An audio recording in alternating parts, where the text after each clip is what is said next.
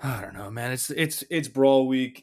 Dude. You know what? I'm gonna say this right now, off the top. This is the last one for 4 years. We got to make this one count. I'm gonna say this off the top. I think the video of the plane crashing into Kathy, that one's been going around, I think, since 2022. I'll say it. I always thought that video was funny. They ruined it by adding the AI slop to it at the end. That's my stance on it right now. I think that kind of video is the perfect, like, this is what college football is about. Ian knows I was in the lab today making some crazy edits on Microsoft Paint that I might drop before the weekend comes down. But yeah, we're getting in the lab here, and you know what? Make it fucking count, because West Virginia's too pussy to schedule us for another 2 years, as Dude said in his conference this week. Yeah, I think that like the memes on social media are fine. I think the craziest part about this week is that the West Virginia fan base thinks that Eli Holstein is Jewish. Dude, Which is crazy. So that's not football, but it is. I've always been confused by that, because obviously, like, it's the name where it's like, oh, he's Jewish, and like, you think about it for 1 second, right? Eli Holstein's a guy from rural West Virginia, rural Louisiana, and you expect him to be Jewish like that? That would be a more shocking upset than 13-9. Cue the music, baby. First down, goes to the sidelines, has a man wide open.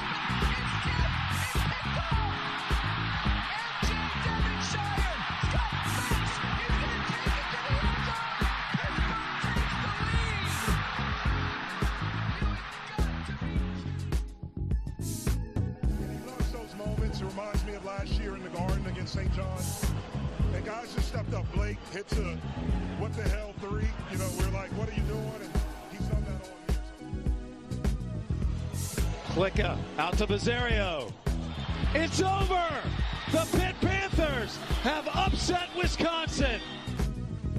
Anybody if he hits his field goal. Up and got it. Sauls does it again.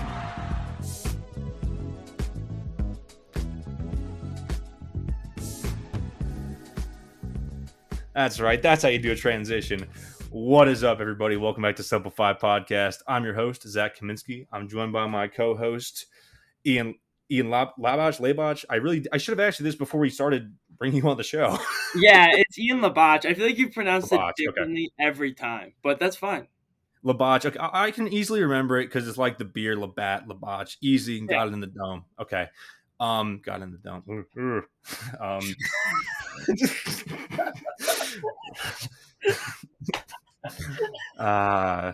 Okay, well, that was a sorry start to this episode. Mason's going to be joining us a little bit later if he can. We're trying to get this one out before the Brawl. Obviously, we want to preview that game and recap week 2. I think, honestly, nothing else to talk about. Let's get into it. Pitt's 45-17 win over Central Michigan.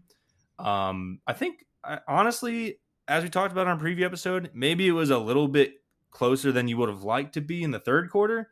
But frankly, before they take their foot off the gas and kind of let CMU back into this game, this is what you wanted to see from Pitt in their Group of 5 game. Yeah, I mean, I really liked how they responded once they went in the third quarter and it got within 7. I think Kenny Johnson's punt return, and then 2 plays later, Eli sending that bomb to Poppy Williams on the run. I think that was very impressive. But I think we said this, we beat this yesterday or last episode. Like you got what you expected out of it. It wasn't really close. You fought some adversity which you didn't expect to have, and the guys responded well. So I like that, but you still don't know what this team is, and that's how I feel about this team until probably after Louisville with how this is trending. But yeah, I mean, like, you look at the success rate in this game, and again, I'm using Game on Paper this year to kind of do our recaps because I like their system. I think they have a good system showing how successful the team was, what they did well, and what they didn't, right? Pitt is dark green for pretty much every single category except for EPA per rush, and even then they're still like a lighter green. They're in the 59th percentile. Like, they had a 53% success rate in this game, which means that for everyone who doesn't know, success rate is kind of based on your down and distance. If the play is successful on first down, maybe it gets 8 yards, but if you only get 2 yards on 3rd and 3, it's not a successful play. That's kind of the easiest way to break it down, right? But over half their plays are successful, and that's kind of what you expect. The passing offense, they did not come out slow this time, which is something I liked. I think really the only thing that, it's kind of funny because, they did everything right, and that's what they're supposed to do because a team like Central Michigan, even though their 3-quarterback system is woke nonsense, and that needs to be investigated. Like that, straight up, I don't like that. That gives me PTSD to the Tebow Sanchez experiment in 2012. But they did everything right from an offensive standpoint. I think the only the funny thing is I only find concerns coming out of this game, right? I think the passing game was fine, front seven was fine.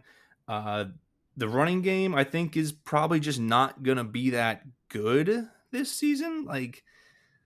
Dez is a great runner, but I think on a down-to-down basis, we're probably looking at best, replacement level run game. Unfortunately, I think Jules Goff brings a level of smash back that this offense needed, but down-to-down basis, it's not going to be a super successful run game, especially early in the game.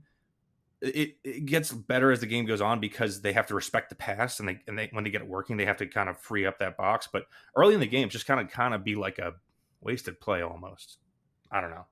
Yeah, I don't people are freaking out about Pitt can't run the ball, but I don't there were certain games last year where Des Reed had over 200 total yards against North Carolina, but he caught a bunch of passes that game. I just don't think it's going to be there. But if we're going to trade the run game for getting the tight ends involved, I think I'll take that. This weekend we saw all the tight ends being used in the passing game. Maybe we'll see. I mean, I still don't think, looking back to Cade Spell's time at Western Carolina, he still doesn't use the tight end. It's all what we've seen, and I don't expect the scheme to change overnight. So I'm not expecting a better run game than what we have. Yeah, and also the way I kind of couch is as a down-to-down run game, it hasn't been that good, but situationally they've been pretty good running the ball. They don't create a lot of explosive running plays, and I don't think this offense is really geared to do that. But they still have a pretty like I said, I think they were still successful on.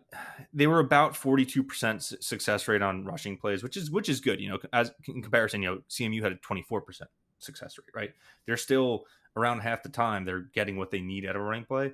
It's just that it's going to be a high variance running offense. Sometimes Des Reed will bust one for 15 yards, and Jules Goff more likely than not will get 2 or 3 yards on the goal line when they ask him to. It's just a matter of it's not going to be very effective because I think that straight up this offensive line, I think they're fantastic in pass blocking so far. Granted, against lesser competition, it's just run blocking is they're kind of hit or miss. And I think if you're better at pass blocking, I'll take that, I guess, right? I'll take that because the passing is the offense. Let's not kid ourselves here. Yeah, I mean, I would sit here and say that I don't want to say one's better than the other, but in this system, being better in pass pro is what they want. I assume when Cade Bell went into the transfer portal last year and was looking for guys to help fix this line, he was looking at guys that are good in pass pro. I think it's you want to play to your strengths, and you can't be good at everything. Pitt at the level of football is not. You're not going to be able to afford the players and the talent to be perfect at everything. And there's always strengths and weaknesses in an offense. But with how they play in the ACC, I'm fully okay with Eli Holstein throwing for 3 touchdowns and 300 yards every game. I don't have an issue with that. Yeah, 100%. I totally agree with that because like you said, it's the system. On a fundamental level, I do prefer if a team can be better at running the ball. I think the strength of that 21 team was the fact that late in games they were great, we're getting in pistol and we're just going to run it down the throat to waste the clock out. But that's also not this team. And I think that if they're just replacement level at running the ball, I think they'll probably be fine. As long as, like I said, even in this game, Eli has another dumb pick, but it's almost like a blip on the radar because he comes back out and he's fantastic again next time he has the ball. There's a lot of, I think he's gotten better at having a short memory after bad plays. And then also I think, it's kind of hard to tell as a fan, but from what you can see on big plays, I get the feeling that I'm seeing Eli kind of move through the progressions more. I think a lot of times last year He did have like one read, maybe two, and then he was very liable to jump from the pocket. This year, he's going down to like read 3 or 4. I think the first touchdown to Thomas, I want to say the Marshall transfer tight end. I think he was like a second or third read. You saw him scan the field and then throw the strike to him. So I think that's, listen, I have no qualms about the pass game. Eli's going to throw a dumb pick sometimes. I think it's just who Eli is. He's a gunslinger. Sorry. I also think that like people like, I mean, I don't know the exact number, but Eli didn't play a full season last year. Like, it's still like he's still kind of like in his redshirt freshman season. I mean, he's out of the off season, but like he still lacks the game time experience that you would think he would have had after starting all last year. Like he was hurt, he was banged up, and I think there's a lot of like him being worried about. I was worried that he was going to be in and out of the pocket, jumping early based on his injuries and stuff. But it looks like he's trusting it. I mean, clearly you need a little bit more time for him in some instances, but like you're not going to get it all the time. So to see him be more confident in the pocket, throwing the ball, I mean, he's slinging it. So we'll see if his receivers can get open. Like I think Eli, I put out a tweet about like, is there a chance that Eli throws for more touchdowns than Kenny Pickett did at 42? I mean, he's at 8.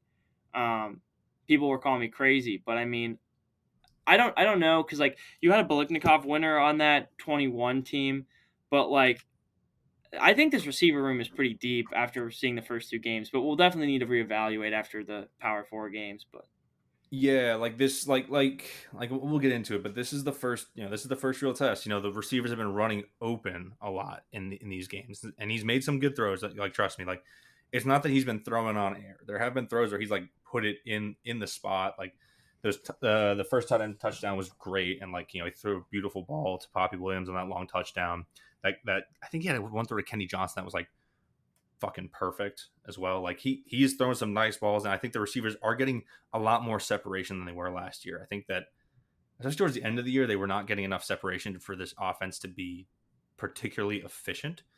But now I am liking what I'm seeing, but we'll have to couch everything against West Virginia and Louisville. These first 2 big test games, road rivalry, and a borderline top 25 high expectation team at home. Like that, this is where we're going to learn everything, are these next 2 games, basically.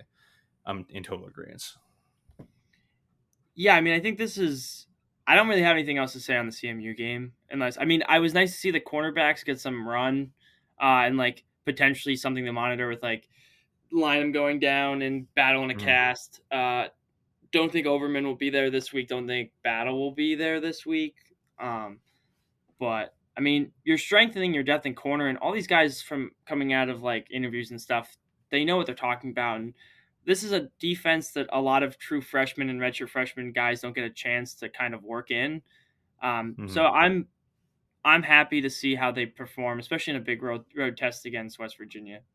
Yeah. Especially, I did want to talk about the corners because that was the only like complaint you could have about this game, and it's the first time that like Chad Harrison and Sean Lee, they got playing time against Duquesne. They're still against Duquesne. This is their first FBS level talent going up against them one-on-one, right? And credit to CMU, they were making some crazy catches. Like it was the coverage is probably pretty good in this game, but they were just making some crazy athletic catches. That one-hander was actually very impressive. And I think if we're going to be without Battle, if Lynham can be back, I'm very, very confident. I'm not like worried if Lee and Harrison are going to be the starters, because like you said, they're getting experience, and these are guys that the staff trusts. They were already getting reps prior to any starters going down. It's just a matter of, hey, like if they're they're going to be starting, like they need to really ramp up for the first Power 4 game. Jesus.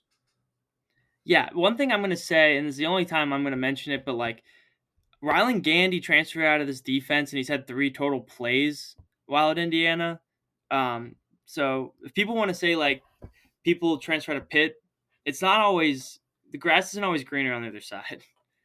I think honestly, like that's, and this is like getting off topic, but when people transfer out of Pitt, there have been very few players who I would say notably like got more playing time or improved their stock as a player for the next level. Addison being the exception because he's already a superstar player, right? But like you think about guys who transferred out, and like I don't even know if Okunlola is playing for Colorado. He's not. DeShields was a third string at A&M. Hayes got hurt, but that's different. He got hurt, right? But Gandy transferring out, like frankly, unless they're a superstar, and it's like they recruit guys for the system. That's how it happens, and yeah, sometimes it just doesn't work on the other side. You're right. um, But I have other good news. We usually do recaps on this show, talking about the biggest games of college football of the week, and we're going to do that. But I do want to visit one game in particular, real quick, and I think you all know which game I'm talking about. That is West Virginia 10, Ohio 17. Good Lord, the Bobcats have done it. I was catching this. I was sort of monitoring the situation. Oh my God, this is an all-time beefing it game from West Virginia. I don't know how much of this game you caught, but it was bad. Yeah, I mean, I watched the whole thing. I just think that it's crazy, right? Like Ohio, like people were talking about it's Parker. What's his last name? Their quarterback. Navarro. Like I think he's good, right? But people were talking crazy, like that he won them this game. West Virginia just lost this game. He threw 3 interceptions. Yeah, like that's the thing, right? It's like Parker Navarro, I think, had some success. He's 22 of 32, 35. He throws a touchdown and 3 picks, right? But he's not particularly good, right? Like he's actually hurting his team most of the time. They only score 17. They're not that. I mean, they're okay in like successfully moving the ball. They hit at a 41% clip, but like you said, West Virginia just lost this game. And I'll bring up first up Nico's passing line is 16-27, a buck 63 and a pick, 3 sacks. That's frankly awful. And I think the biggest thing from this game is that West Virginia's run game looked awful. Awful. Nico has 8 carries to 24 yards. Like that's average of 3 yards a carry. Jaheim White, 6 carries for 40 yards. Now Jaheim White, the big news out of that game, out for the season. And I believe their wide receiver 1 is out for the season as well. I forget. Was it 3 people? I think they lost 3 people this week to season-ending injuries. West Virginia season-ending injury. Let's see. Wide receiver Jaden Bray. They lost Jaden Bray, who I believe is their leading receiver in this game, if I'm not mistaken. Yeah, 6 targets, 4 catches, 69 yards. So they lose both their leading receiver and rusher out of this game. They are, frankly, a hobbled team, right? Jaheim White is, all respect to him, he's a fantastic football player. Without him, West Virginia's a minus team. They don't really move the needle on offense, right? And especially like even with him, they weren't doing that well. I think they lose Jaheim White pretty like late into this game. Like even with everything, they weren't doing well. And like this is why I use game on paper, right? Because West Virginia's numbers are awful. They had a 28% success rate. That's 4th percentile. That's worse than 96% of teams. They had a negative EPA per rush, EPA per drop back. Only 4 points. 4% not crazy, but like they had a 17% success rate on third down. They were terrible at stuffing the run. They only stuffed it 9% of the time. Like this is not a good team. I don't even want to be like gloating and like trying to be they suck. Like they just lost to Ohio. Ohio didn't play particularly well. Yeah, I mean, your beef on Twitter, you talk about Pitt losing to MAC teams and like the history of the MAC beating people in this rivalry.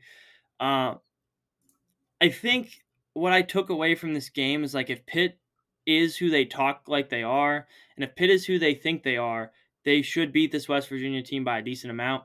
And then we go in to see how they play against Louisville. Like I want to like West Virginia is a huge rivalry game. I'm going. It should mean so much to me, but it's like kind of hard for me to get up for it this year because I'm just seeing how bad of a loss this could be for Pitt if they do lose.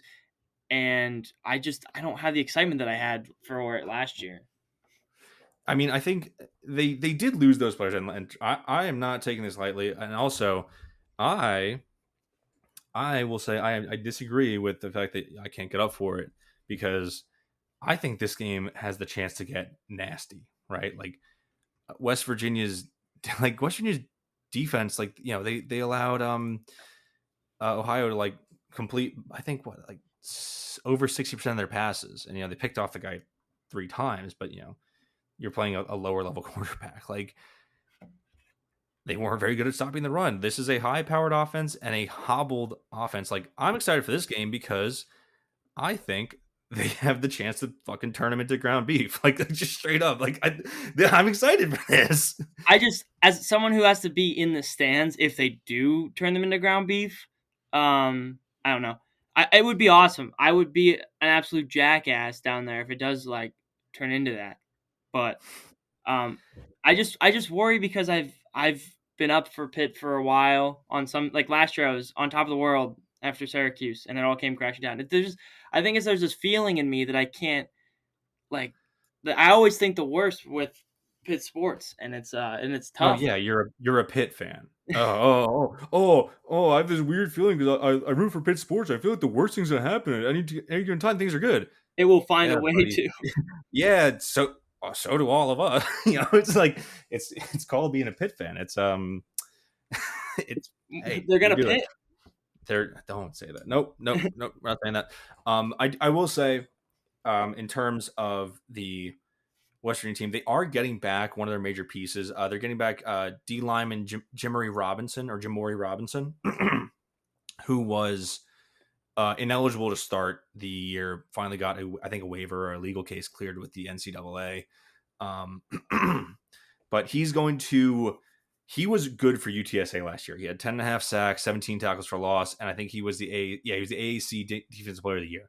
That's something not to take lightly, I think.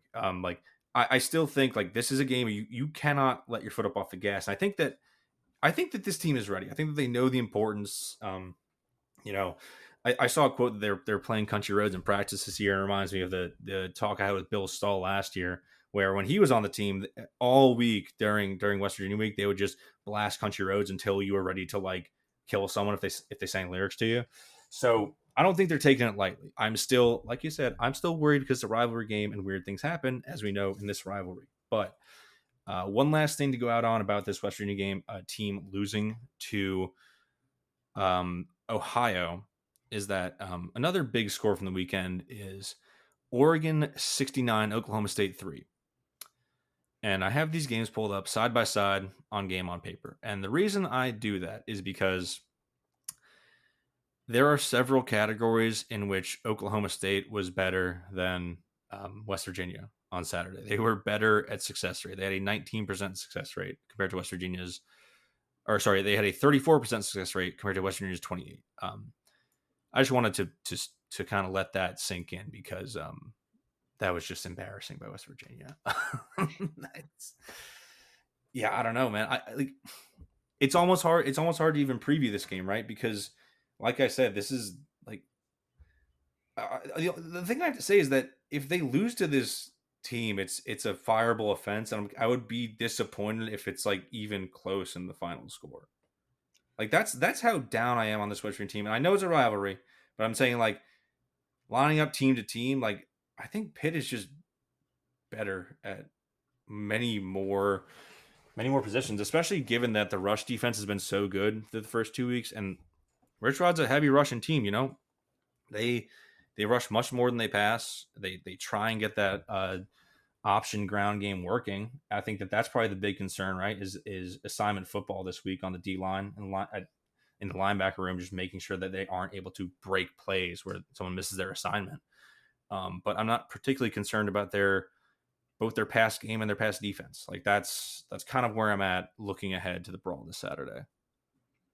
Yeah, I mean, I think I'm looking forward to being down there. It's a great environment. Don't get me wrong. Blue Lot or whatever it's always rocking, and they have a very passionate fan base. But I just don't know how they like. I'm sure they'll get up for it because like at this point, like this kind of is like a trendsetter for their season. Like if you lose 2 in a row, like a max win a rivalry game, like it's probably hard for Rich Rod going through. But Mhm. I just it's hard for me to realize like to try and fathom a way that like Pitt's not better. Like you said, their strength on offense is running the ball. We have a good run defense. I think from everything I've been reading on Twitter, West Virginia is not a huge fan of their corners. And I think Yeah. Eli can take the top off of defense. So I think it plays into Pitt's hands. I think like the only thing that scares you is it's a rivalry game and it's down there. So I don't really have a ton to say about it. Like I want to see them maybe establish the run earlier, but like as we talked, I don't know if that's the offense. So you just gotta like maybe score early, don't take your foot off, and don't give them a chance at all to breathe. I really think that I will say the one thing that I don't think this team's gonna have an issue with is taking the foot off, because I mean they're using every rep of game speed, like live game experience as a rep, whether it's starters or backups. They're trying to score for 60 minutes, and maybe they kind of cut that down when they're not getting the backups in late to try and get them experience with game speed stuff. But yeah, I think the keys are score early like they have been in a lot of these games. Um, Also, like honestly, I'm really looking forward to seeing like what the special teams are looking like against an FBS opponent, right? Because through 2 weeks, Pitt has had some of I think they're like number one in FBI, right before South Carolina for like special teams ranking. Like we know they've been excellent. Kenny Johnson's been amazing on kick and punt returns. Des Reed has gotten a lot of yards out of that. Like that is if that is like I'm not too familiar with West Virginia's cover units, but if that's a lopsided advantage for Pitt's favor, that's something that's going to swing a game quickly, because field position matters straight up. If you get good field position, you're just more likely to score. Is what it is. Yeah, I think that's like so. You look at the debate of like teams that are beating the shit out of like FCS opponents and Group of Five schools, but the thing that you don't see in these blowouts is you don't see like huge special teams advantages even in those blowout games against lower level competition. So that's what's giving me kind of like hope that this isn't just like a level of competition thing, and maybe Pitt special teams. I know you were on top of the special teams hire, correct? Yeah, Bernowski, excellent special teams at Miami of Ohio. Honestly, if we're talking like non-offensive coordinator, probably the best hire of that cycle for Pitt so far, I think. I would have to agree. There's one thing that I wanted to touch base that you said about getting in every rep. Because at the end of Mhm. that Central Michigan game, I saw a bunch of people on Twitter saying that like Narduzzi's a scumbag because he let our true freshman quarterback get a drive in and they scored a touchdown. Like I don't understand. Like if you're a football coach, like I want to see like and us as guys who follow the team very deeply, we see these guys in recruiting, and you want to get them playing time because with the transfer portal and stuff, people are more likely to leave. You want to see what you have in them, but like I just thought that was a crazy take, and I don't know if it's because bettors were betting the spread and that got us to cover the spread. But like, I wanted to see Mason throw. I want to see like the freshman running back run the ball. Like I want to see these things, and I don't know why people are so against that. And also, it reminds me of, and this is a very different situation, but do you remember when Michigan like beat the fuck out of Rutgers like 70-0, like something like a decade ago? And when he asked us like why were the backup scoring, he goes, I can't stop them from scoring. Like I can't stop them from playing football and wanting to score and like get that tape out, right? Like that last drive with Mason, I think Mason looked good as a freshman, getting his first reps in, but the running back you mentioned, Jakarian Turner, was just getting chunk yardage. Like you can't stop a running back from just being faster than the defense. Like that's something you can't do. Like the backup O line's in. Like what you have to stop them from scoring. we can't kneel every play. Well, it's unfair to these like Turner might be a guy who keeps his red shirt this year. He might play 4 games, and you're going to tell a guy who practiced all spring, came into school early, and you're going to be like, you put all this work in to not play. Like I'm going to give you a snap, and I'm going to ask you to go kneel it.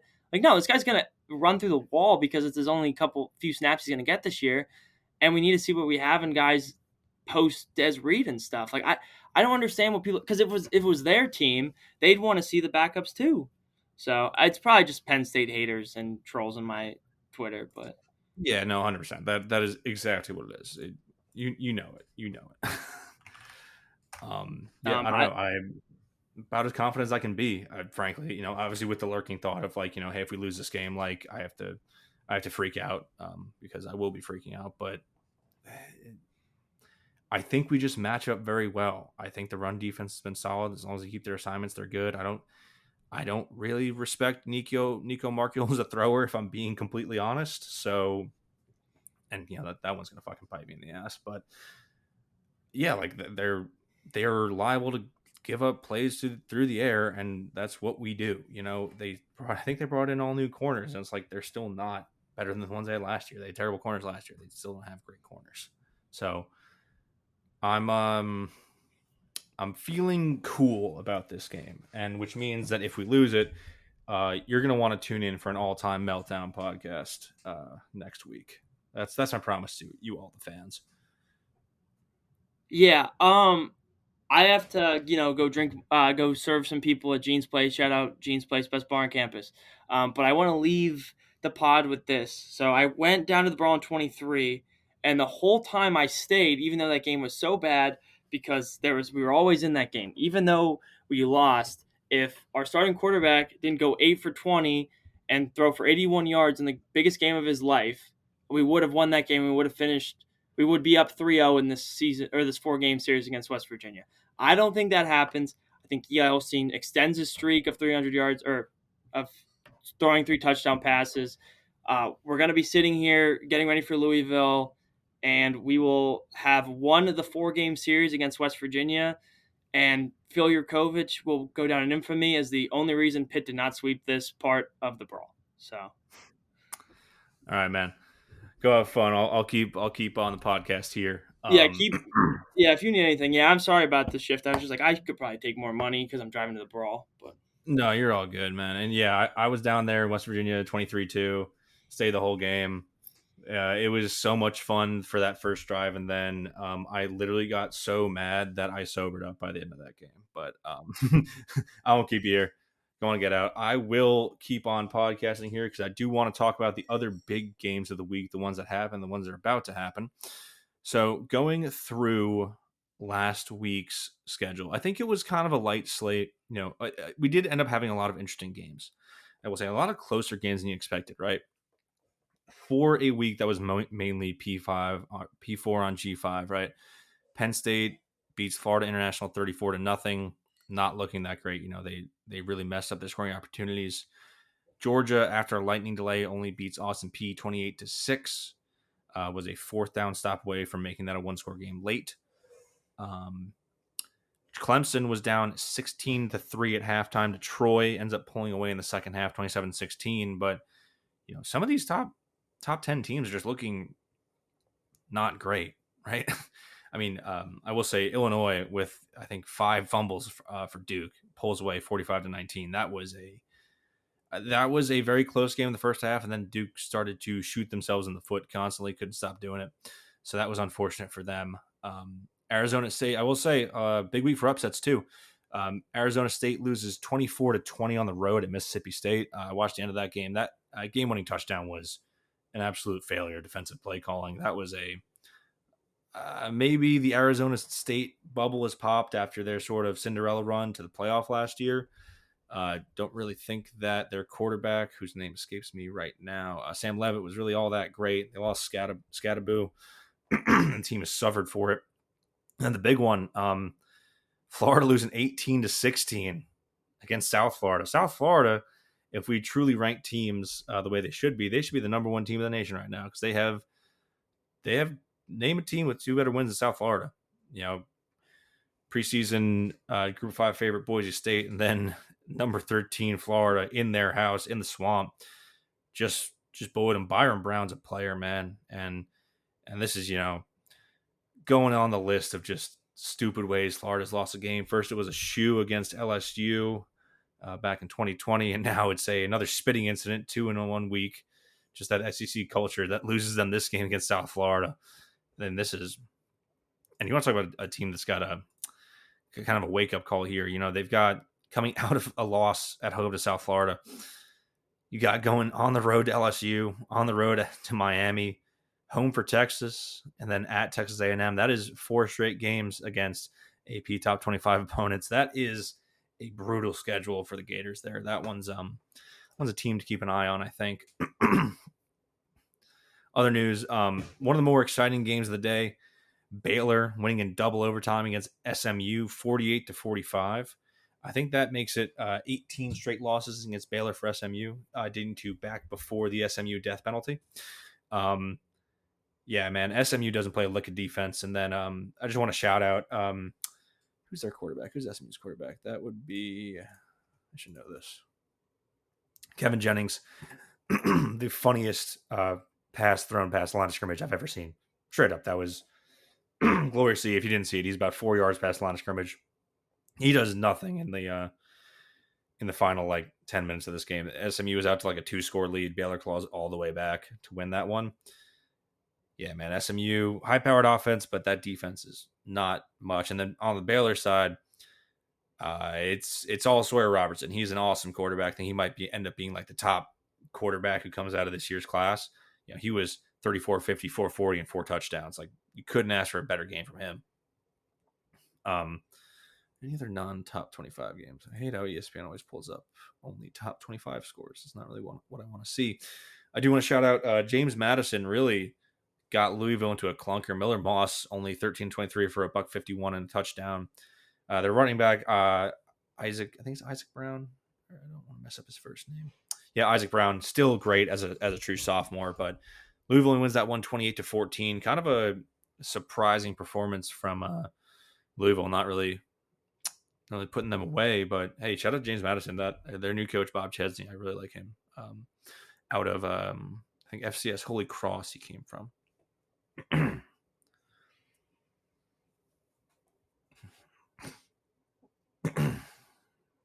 Oh, I can't believe I forgot this one. Also, probably best game of the weekend. Shout out to the Border War. Shout out to bringing rivalries back. Missouri beats Kansas 42-31. Kansas jumps out to a 21-6 lead here. Missouri claws their way back. I think Bo Perbula looking really good. That the Penn State transfer went to Missouri. Jalen Daniels from Kansas did everything he could to win this game, but man, that was an impressive pick to end it, and one of the worst drops of all time for Kansas not to get a first down there, the play before the interception. But wow, that was a great game. The brawl these last 3 years and this game here is just evidence that these teams that have played for years and years and years, the hate doesn't go away when you stop, and it produces some of the best games of the weekend. Straight up, we need more of it. Super conferences are ruining this, as we've well lamented on this podcast, but it's always nice to get that good old fashioned hate back on the TV. That Missouri crowd was absolutely wild. That was just a joy to see, and frankly, a great game. We got a great game out of it, so I can't complain about anything. And then I also want to shout out last here because I'm working on a pet theory here. Actually, I'll go back to this game. I want to shout out Vanderbilt starting 2-0, putting the hurting on Virginia Tech 44-20. There were some really sad stats. I think David Hale was posting about how Virginia Tech, I think, got 3 yards in the second half or fourth quarter. They were outscored by 34 points in the second half. Good God. Yeah, Virginia Tech, I think Brent Pry might be the first coach fired in the ACC this fall. And then last game in the ACC, Michigan State beating Boston College in 2 overtime, 42-40. I will say impressed with both quarterbacks here. Lonergan from Boston College and Childs from Michigan State. Shout out to my Michigan State buddies out there. Circle back here.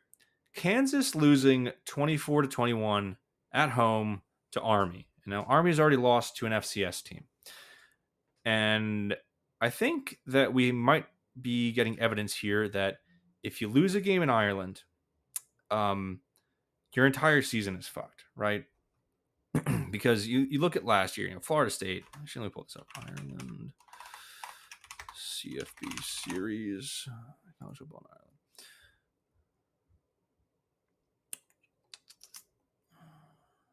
I mean, so you look at the recent games, right? Kansas State loses, and they've already blown their season. They were a Big 12 favorite. Now they're 1-2 with losses, with a loss to Army and a 3-point win over an FCS team.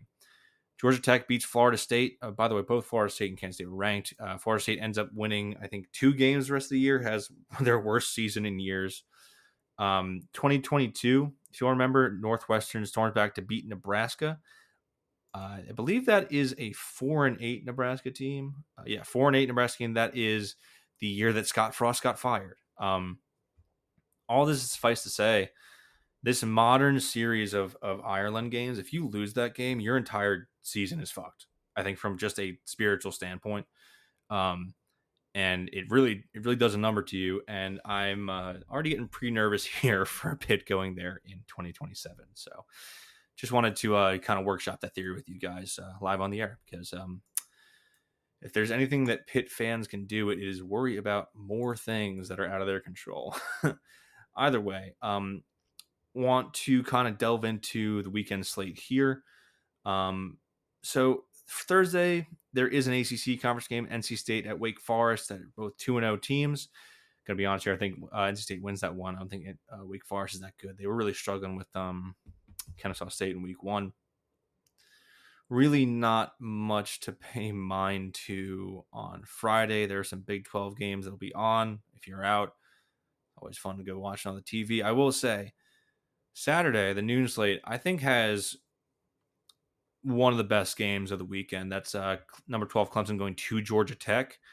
Like I said, Clemson has not looked good this year, and Haynes King is going to be back for that game. Home game in Atlanta.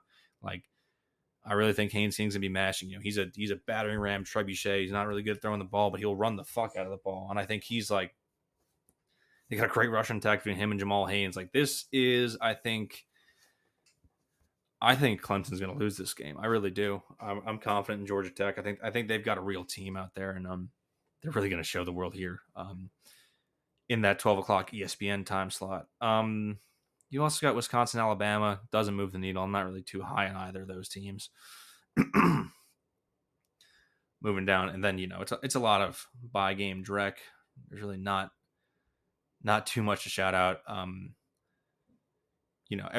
3:30 slot, you better be watching the Brawl. If you got a multi-box, I don't really recommend Georgia versus Tennessee. I think we see this game every year where Tennessee comes in with some hype, and then Georgia turns them into a pulp. I don't think that the outcomes be any different this year. I think they got game day, but Georgia's going to win this game. They always win this game. Tennessee's offense is fake, and Kirby knows how to stop it, right? I'm not too hung up on having to watch the same game that I've seen the last, 4 or 5 years. I will say 4:30, biggest game on the CW network of all time. That's number 18 South Florida, fresh off their upset of University of Florida, going to Miami. And I think this is going to be a pretty split stadium. This is going to be a great environment. Man, wouldn't it be funny if South Florida did that? They knock off Florida and Miami in the same season. Man, Byron Brown is a really, really good player, man. He can chuck the rock. He's athletic and chuck the rock. He is going to be, I think, the best player in this game. And if he's got a good game, man, they've got a chance. I think they've really got a chance. They've already gone into somebody's house and upset them before, in a nighttime crowd in the swamp. I've got my eye on this game. I'll be following the score on that one. But that's really the only game that's going to take you through to the night slot. Again, a lot of top teams that are playing lower level teams. I think the only P5 and P5 here is, ranked P5 games. Arkansas going to Ole Miss. I don't really have any thoughts on Ole Miss. They almost lost to Kentucky. I'm not really too impressed with them so far. No thoughts on that game. 7:30 though. Good time slot, 7:30 here. I think the 7 o'clocks are kind of lacking, but great kind of programming here. ABC, you've got Florida going to LSU. I mean, listen, Florida dropped a stinker. They might be able to figure it out. I don't know, but if they want to bounce back, they've got to do it against the number 3 team in the nation in Death Valley. And opposite that, probably going to be a close game here. Texas A&M going to Notre Dame on Peacock, 7:30. By the way, crazy that Notre Dame is still ranked 8th, and they are an 0-1 team. That's a crime. You should not be able to rank an 0-1 team. in the top 25 in week 2 or week 3.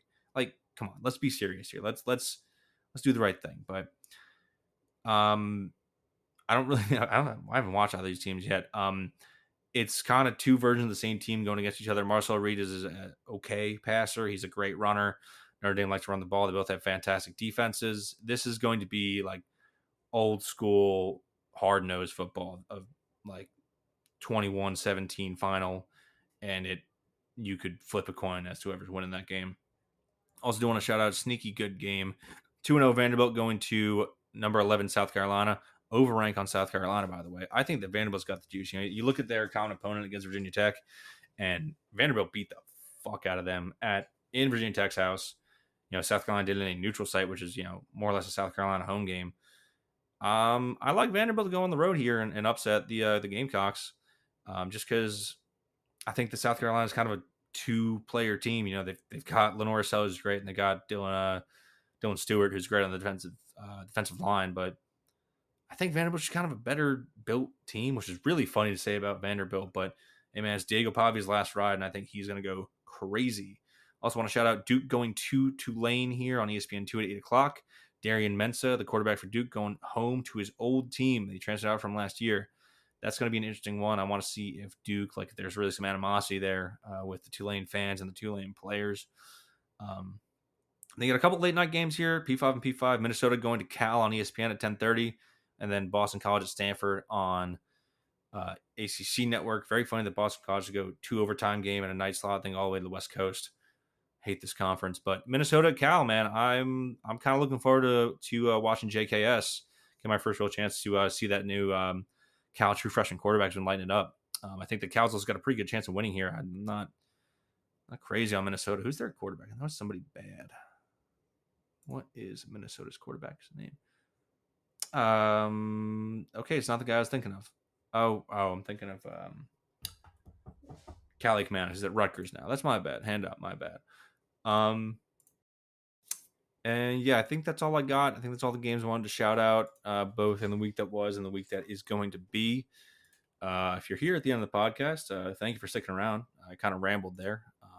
Feeling a little bit under the weather, kind of hearing my voice, but yeah, appreciate you. If you're not following the show already on your podcast app of choice, would love for you to hit us with a follow. Would love a 5-star rating to get our numbers boosted. Would love to see that. If you don't already, follow us on Twitter at Simple5Pod. That's where you get all of your latest updates, all the shitty posts that I make, and things of that nature. And honestly, you go out here. This is the last Backyard Brawl for 4 years. The series has a gap in it. Straight up, I think that the ADs, the athletic departments in both schools need to make this extended to 2050 at minimum. This is the most important game to both these schools, and being without it for the next 3 years there's gonna be something missing out of every season. But Alan Green, if you're listening to this, extend that series. Get us to play West Virginia every year. That's all I gotta say.